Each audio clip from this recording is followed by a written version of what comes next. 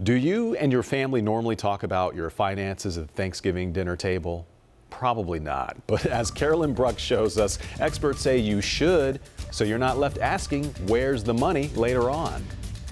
Money is often a taboo topic, but it's also a very important one. That's why experts say, as you're gathered with family this holiday season, start the conversation. This is conversation that is so important to have, whether it's discussing, are we prepared for an upcoming retirement?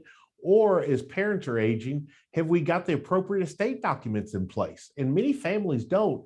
Unfortunately, you can't wait until the storm happens. You're already wet to find shelter. You got to find shelter before the storm. Mark Henry, the CEO of Alloy Wealth Management Incorporated, says the pandemic has caused people to start talking more about retirement and long-term care. Really got people thinking more about health. But when it comes to that, especially when it comes to our parents and long-term care and aging, it's a topic that needs to be discussed as a family.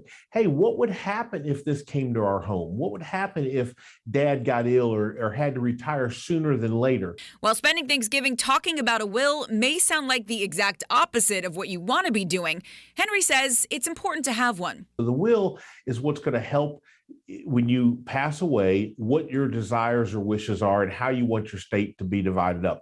When you pass away without a will, it actually goes to the court, and the court's going to decide those things for you. Henry says making these decisions can start with a simple list. So if you can take the time just to get a journal out and just write down how you would want your estate divided, then you go see a qualified estate attorney, and guess what? It's really simple and easy and doesn't have to be expensive. So how do you start these hard conversations? But it has to come from an attitude of caring, not judgment. The last thing we want at the Thanksgiving dinner table is judging going on. So, when you live in a glass house, you shouldn't be throwing rocks. Talk about yourself. Here's what I'm doing, preparing myself for retirement.